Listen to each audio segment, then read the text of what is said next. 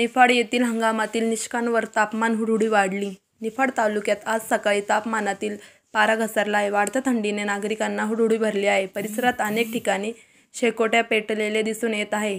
कुंदेवाडी येथील गहू संशोधन केंद्रात सोमवारी पारा 8.7 अंशांवर असल्याची नोंद झाली आहे. गारपिटीनंतर निफाडच्या कडाक्याच्या थंडीने द्राक्ष शेती अडचणीत येऊ शकते. कडाक्याच्या थंडीने द्राक्ष मण्यांना तडे जाण्याचे धोके वाढले आहे.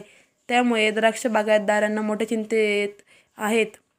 गेले काही दिवसांपासून थंडीचा पारा चांगलाच घसरतो आहे. नाशिक जिल्ह्यात काही भागात थंडीने चांगलाच जलवा दाखवायला सुरुवात केली असून थंडीचा जोर दिवसेदिवस वाढत आहे. पुढील काही दिवसात तापमान 2 ते 3 अंश सेल्सिअसने चढउतार होत राहील असा अंदाज हवामान खात्याने वर्तवला आहे.